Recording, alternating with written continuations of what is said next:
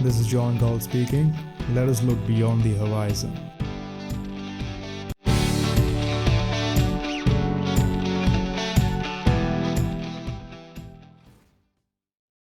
Alright, so आज हम बात करते हैं बिटकॉइन एंड डिजिटल करेंसीज के बारे में।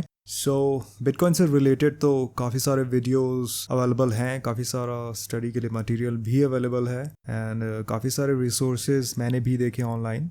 हिंदी की जहाँ तक बात है तो उसमें भी काफ़ी सारा मटेरियल अवेलेबल मुझे दिखा यूट्यूब पे, बट जो इन्फॉर्मेशन वो प्रोवाइड करते हैं और जिस वे में वो बिटकॉइन को डिफाइन करते हैं, उसे समझाने की कोशिश करते हैं, आई थिंक वो एक बहुत ही वेग तरीका है जिसमें आप एक्चुअली बिटकॉइन की डेप्थ में जाके आप चीज़ें को नहीं समझ पाते, उसकी इंट्रिंसिक वैल्यू एंड उसके एडवांटेजेस क्या हैं वो आप नहीं पकड़ पाते हैं। काफ़ी पहले मैंने एक राइटअप लिखा था इसके ऊपर एंड वो राइटअप बेसिकली कंपाइल करने से पहले मैंने काफ़ी सारी रिसर्च की थी and during that research I came across a really good article on medium में मुझे काफ़ी अच्छा आर्टिकल मिला था जिसमें जो राइटर है उसने बहुत ही सिंपल तरीके से समझाया है एक्चुअली बिटकॉइन का कंसेप्ट क्या है। और आई वुड लाइक कि मेरा जो राइटअप था उसके थ्रू मैं उस कंसेप्ट को एक्सप्लेन करने की कोशिश करूं।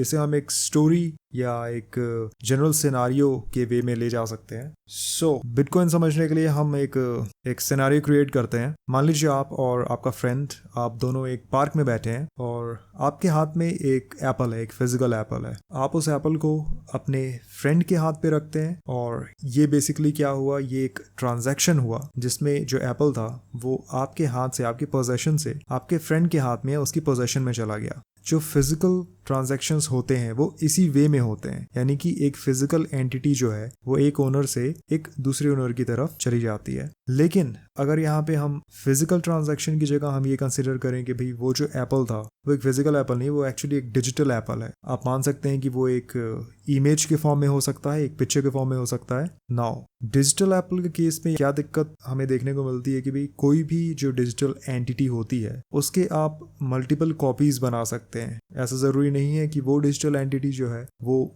यूनिकली प्रेजेंट होगी या फिर उसके जैसी और एंटिटीज आप क्रिएट नहीं कर सकते। डिजिटल एप्पल की या डिजिटल एसेट्स की जहां तक बात आती है तो उनके साथ सबसे बड़ी दिक्कत हमें ये देखने को मिली थी कि उनकी मल्टीपल कॉपीज क्रिएट हो सकती है। एंड जैसा कि इकोनॉमिक्स का बहुत सिंपल सा रूल है सप्लाई एंड डिमांड का, तो किसी भी चीज की सप्लाई जब बहुत ज्यादा बढ़ने लगती है तो उसकी जो वैल्यू है वो एक्चुअली काफी कम हो जाती है। ये केस आपको पेंटिंग्स एंड ऑल में भी देखने को मिलेगा कि जो पुरानी पेंटिंग्स हुआ करती थी वो क्योंकि इतनी यूनिक है, उनके जो ओरिजिनल आर्टिस्ट थे उन्होंने फेमस पेंटिंग्स की एक सिंगल कॉपी बनाई है, that is why they are valued so much. Okay, यहाँ पे हम अपना सिनेरियो कंप्लीट करते हैं। डिजिटल एप्पल की अगर बात आती है, अपने फोन से हम कंसिडर करते हैं एक डिजिटल एप्पल की इमेज है जिसे आप अपने फ्रेंड को सेंड करते हैं। ओके, अब इस बात की क्या गारंटी है कि वो जो डिजिटल एप्पल की इमेज आपने भेजी है वो डिजिटल इमेज यूनिकली प्रेजेंट हो या फिर वो इमेज एक अकेली इमेज हो जिसे आपने अपने फ्रेंड को भेज दिया और अब वो इमेज सिर्फ आपके फ्रेंड के पास है, ना आपके पास है ना किसी और के पास है। ओके, इस चीज के चांसेस तो बहुत ही कम है। अब अगर इस चीज को आपको डिटरमाइन करना है और if you want to make sure कि ये जो कंडीशन हम सामने ला रहे हैं ये कंडीशन फॉलो हो, तो इसमें हम क्या कर सकते हैं, हम एक थर्ड पार्टी को ऐड कर सकते हैं। ओके, सपोज आपका एक तीसरा फ्रेंड आता है, उस तीसरे फ्रेंड के सामने आप एप्पल की एक इमेज लेते हैं, उस इमेज को आप अपने फ्रेंड को फॉरवर्ड करते हैं और जो तीसरा फ्रेंड है वो इस चीज पे ध्यान देता है कि जैसे ही आपने वो इमेज अपने दूसरे फ्रेंड को ट्रांसफर की, आप उसे अपने फोन से, अपने कैमरा से डिलीट कर दे रहे हैं। ओके, यहाँ पे क्या हो रहा है, यहाँ एक थर्ड पार्टी का इन्वॉल्वमेंट हो रहा है जो कि ये इंश्योर करता है कि जो ट्रांजैक्शन है वो फेयर हो। ओके, अब अगर हम एक ऐसी टेक्नोलॉजी की बात करें जिसमें ट्रांजैक्शन तो फेयर होगा लेकिन आपको किसी थर्ड पार्टी की जरूरत नहीं पड़ेगी। अगर ऐसा कोई ट्रांजैक्शन होता जिसमें जो डिजिटल इमेज आपने भेजी उस ट्रांजैक्शन की फेयरनेस डिटरमाइन करने के लिए कोई थर्ड पार्टी की जरूरत आपको नहीं पड़ती। जैसे ही वो इमेज आपने अपने फोन से अपने फ्रेंड के फोन पे भेजी, वो इमेज आपके फोन से अपने आप डिलीट हो जाती और वो सीधा आपके फ्रेंड के फोन में पहुंच जाती।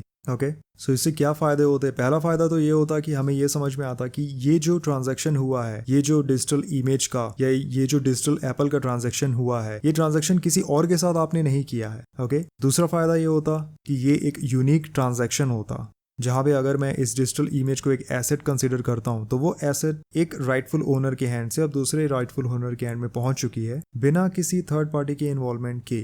अब जनरली जो हम सबसे कॉमन ट्रांजैक्शन हमें देखने को मिलते हैं रियल लाइफ में वो हैं बैंकिंग के ट्रांजैक्शंस, जिसमें आप बैंक अकाउंट से अपने किसी फ्रेंड के या किसी सेकंड पर्सन के अकाउंट में आप पैसे ट्रांसफर करते हैं। सो यहाँ पे बेसिकली होता क्या है कि आपका जो बैंक अकाउंट है वो एक बैंक से लिंक्ड है। जब आप यहाँ से ट्रांजैक्शन अपना प्रोसेस करते हैं तो क्या होता है कि आपके अकाउंट से वो जो पैसा है वो पैसा आपके अकाउंट से कट के एक गेटवे के थ्रू मूव होता है किसमें, आपके फ्रेंड के अकाउंट में। अब जनरली वीजा है, मास्टर कार्ड है, these are basically gateway services जो कि उस ट्रांजैक्शन को हैपन होने में या उस ट्रांजैक्शन को अकर करने में हेल्प करती है। ओके, अब ये सारी चीजें जो है ये फ्री में नहीं होती है। और यहाँ पे क्या हो रहा है कि ये जो गेटवे है, यहाँ जो बैंक्स इन्वॉल्व है, these are all third parties. तो यहाँ थर्ड पार्टी का जब इन्वॉल्वमेंट होता है तो आपको कुछ ना कुछ यहाँ पे फीस ऑब्वियसली लगेगी। और दूसरी बात ये है कि ये जो थर्ड पार्टीज होती हैं these are centralised entities. Centralised entity यानी कि ये ऐसी कंपनीज होती हैं जिनके ओनर्स होते हैं, जिनके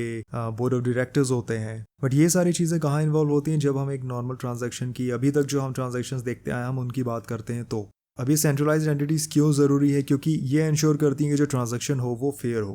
बट इससे पहले हमने जो केस लिया था जिसमें एक थर्ड पार्टी का इन्वॉल्वमेंट ना हो, वहां पर भी कहीं ना कहीं there has to be someone who needs to ensure कि ये जो ट्रांजैक्शन हो रहा है ये फेयर हो रहा है। सो अगर आप एक ऐसा सिस्टम इमेजिन करें जहाँ पे एक सेंट्रलाइज्ड एंटिटी या एक सेंट्रलाइज्ड अथॉरिटी नहीं है बट बहुत सारे ऐसे लोग इन्वॉल्व हैं या बहुत सारे ऐसे सिस्टम्स इन्वॉल्व हैं जो कि ये इंश्योर करते हैं कि आपका जो ट्रांजैक्शन हो रहा है वो फेयर है, और वो जितने भी लोग हैं या वो जितने भी सिस्टम्स हैं वो किसी एक ओनर के अंडर नहीं है। ओके, उन सिस्टम्स का कोई एक सिंगल लीडर नहीं है, वो किसी सीईओ के अंडर नहीं है, वो किसी एक ऑर्गेनाइजेशन के अंडर नहीं है, बट वो एक्चुअली इंडिपेंडेंट सिस्टम्स हैं। तो ऐसी ऑर्गेनाइजेशन को या एक ऐसी एंटिटी को हम बोलेंगे एक decentralised entity. Okay, decentralised system में क्या होता है कि उनका कोई एक सिंगल ओनर नहीं होता है, बट वो सिस्टम्स रन करते हैं और उनकी कुछ सर्टेन प्रॉपर्टीज होती हैं जिसके बारे में हम आगे चल के थोड़ा डिस्कस करेंगे। सो जहां तक हमारी स्टोरी की बात थी, सो ये जो एप्पल का ट्रांजैक्शन हुआ, तो अभी तक आप शायद ये समझ गए होंगे कि जिस एप्पल की मैं एक्चुअली बात कर रहा हूँ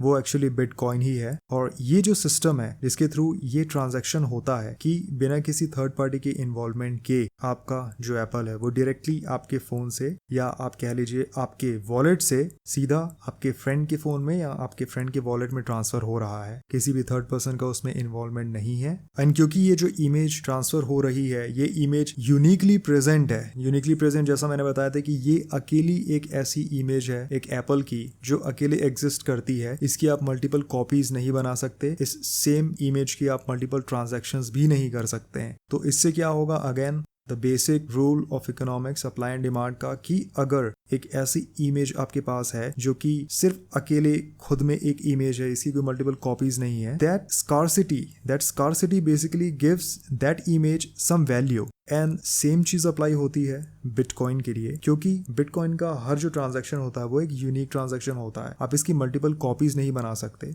एंड क्योंकि ये एक लिमिटेड सप्लाई में है, इन चीजों की वजह से बिटकॉइन को उसकी एक इंट्रिंसिक वैल्यू मिलती है। अब उसकी इंट्रिंसिक वैल्यू के पीछे कुछ और भी रीजंस हैं, बट वो मैं अभी तुरंत डिस्कस नहीं करना चाहूंगा। बट यस, जो बिटकॉइन की एक लिमिटेड सप्लाई की बात है, ये एक बहुत बड़ा रीजन है जिसकी वजह से बिटकॉइन को उसकी वैल्यू मिलती है एंड जिस वजह से बिटकॉइन की मार्केट में डिमांड है।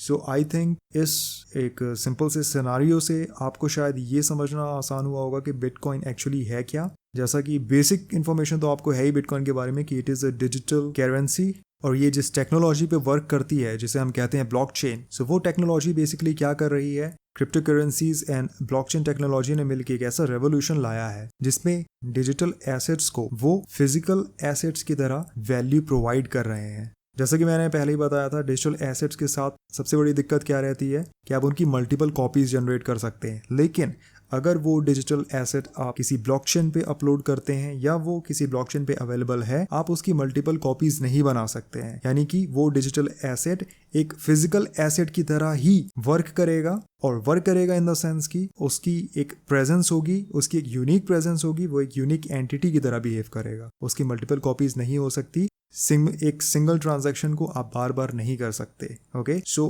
अगर आपको इसकी डेप्थ समझ में आती है कि कैसे एक सिंगल टेक्नोलॉजी को यूज करके आप किसी डिजिटल एसेट को फिजिकल एसेट की प्रॉपर्टीज दे सकते हैं, तो आई थिंक आप इमेजिन कर सकते हैं कि ये टेक्नोलॉजी की फील्ड में कितना बड़ा एक इन्वेंशन है और कितना बड़ा एक ब्रेक थ्रू है। ऑलराइट, सो अब जिस सिस्टम की हम बात कर रहे थे वो सिस्टम एक्चुअली बिटकॉइन का नेटवर्क है, जिसमें जो माइनर्स होते हैं, माइनर्स कौन होते हैं? माइनर्स ऐसे लोग होते हैं जो आपके ट्रांजैक्शंस को पूरा करने के लिए आपकी हेल्प करते हैं। ये कुछ पावरफुल सिस्टम्स को यूज करते हैं एंड उस सिस्टम की कंप्यूटिंग पावर को यूज करके वो ट्रांजैक्शंस को कंप्लीट करने में हेल्प करते हैं, जिसके लिए उन्हें एज अ रिवॉर्ड, क्योंकि they are doing a service for the network, as a reward जो बिटकॉइन का नेटवर्क है वो उन्हें बिटकॉइंस देता है and that is how bitcoins are generated. So basically bitcoin की जो हम माइनिंग की बात करते हैं, तो माइनिंग एक्चुअली उसमें कुछ भी फिजिकल नहीं है, वो बेसिकली एक रिवॉर्डिंग सिस्टम है जिसमें कि जो माइनर्स रहते हैं, क्योंकि वो नेटवर्क को हेल्प कर रहे हैं ट्रांजैक्शंस पूरा करने के लिए, सो उन्हें एज रिवॉर्ड कुछ बिटकॉइंस बिटकॉइन के नेटवर्क के थ्रू दिए जाते हैं।